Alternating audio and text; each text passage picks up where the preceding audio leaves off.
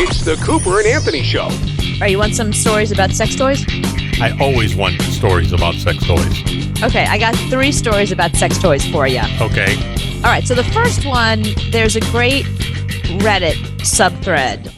It's called Confessions. It's really a good subreddit. Like there's not always, but once in a while, there's some really good confessions on there, some funny ones. So there's one that was just posted where a woman explains that she had used a vibrator and forgot to unplug it. And it remained forgotten in her bed until it almost caused a fire. I love the fact that she keeps her vibrator in bed with her at all times. Like it doesn't live in a drawer. It doesn't have a box. She doesn't try to hide it. She said, I woke up with the thing going beside me because I got super drunk last night and rolled on top of it, which flicked it on. She said, it completely melted and my whole apartment smells like burnt plastic. She said, I honestly think it was minutes away from setting my entire apartment on fire, which is embarrassing and terrifying at the same time. And my favorite thing is, so people started writing back to her. They're like, your vibrator shouldn't do that. That's very dangerous and not up to the standards of vibrators. Well, I think she's got to buy a new one now anyway. So No. But they were like, you should get in touch with the company. Your vibrator wasn't supposed to do that. It's a safety function. It's not supposed to catch on fire. I'm interested in having a vibrator that you plug in. Mine have all had batteries. Or gas powered. No, I have a brand new one. I didn't even have that option on it. It was just, it's these little annoying batteries that you have to buy on Amazon because you can't get them anywhere else. Special vibrator batteries. Pretty much. So it's like every time you order on Amazon knows exactly why you're buying those batteries. She it's all buys very a lot of those batteries. Okay, so that's story number 1. Here's story number 2. A brawl broke out at a women's boxing MMA promotional event in Poland. So there's one woman, she is the world champion. She does not like the girl that she's supposed to fight. So you see them on the stage, and I guess they were doing this promotional event because it was like, I don't know, a day or two before the fight. And they're in their like fighting little uniform things. And one's on one side, one's on the other. They're supposed to come together and, I don't know, shake hands or just be there with the announcer. So the world champion woman is walking and she has this like thing behind her back. It's in pink tissue paper. And as she gets closer to her rival, she pulls off the pink tissue paper and it's a giant dildo. No. And she takes it and slaps her in the face with it.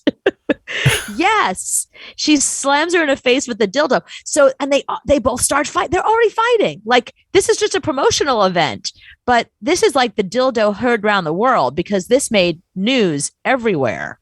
Smacked her in the face with a dildo at the weigh-in. One of those weigh-in.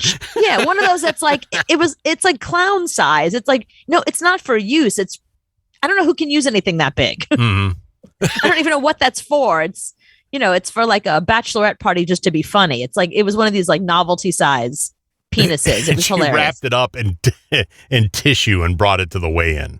But like in front of all the press.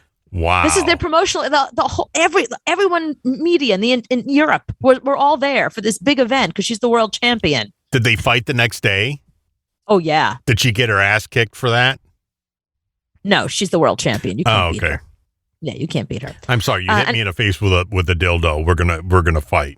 We're gonna fight, and they did fight. But a world champion's a world champion. She's very arrogant. All right. So here's story number 3. This one is less about an actual sex toy, more about masturbation, which is what sex toys are for. I mean, they're for couples too, but let's just say they're mostly for, do you know who Tom DeLonge is? No. He's the guitarist from Blink-182. Okay. And if you saw him, you'd recognize him because all those Blink-182 videos that were always playing, like you walk into a restaurant, that video would just be up there and you would see the Blink-182 guys. You know their faces.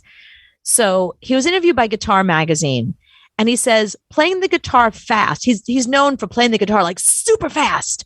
He said, it's not easy, especially when you want to do it well and do it for hours. He said, here's the secret, masturbating. He said, when you masturbate and you get like a really good one going, he said that is the same exact motion. And that is how he learned to play the guitar as well as he does. Just a lot of jerking off.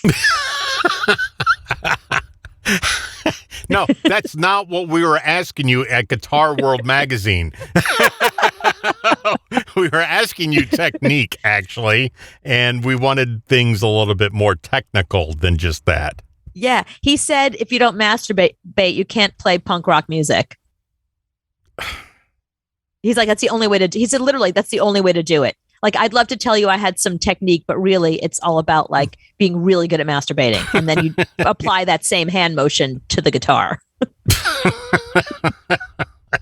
At least he's honest. Right. That's really, we were asking you what kind of strings you use. We weren't getting into all that. But it's so funny because anyway. like I have a friend who has a kid who's like 9 years old who's really into music and loves different bands and getting advice from different bands, like, you know, how he should learn about guitar, where he should learn from. And I'm sure he read that. He probably went home to his mom and was like, you know, all those guitar lessons you've been paying for? I don't think you have to pay for those anymore. Just give me a porn By the time I'm 12, I'm going to be so good.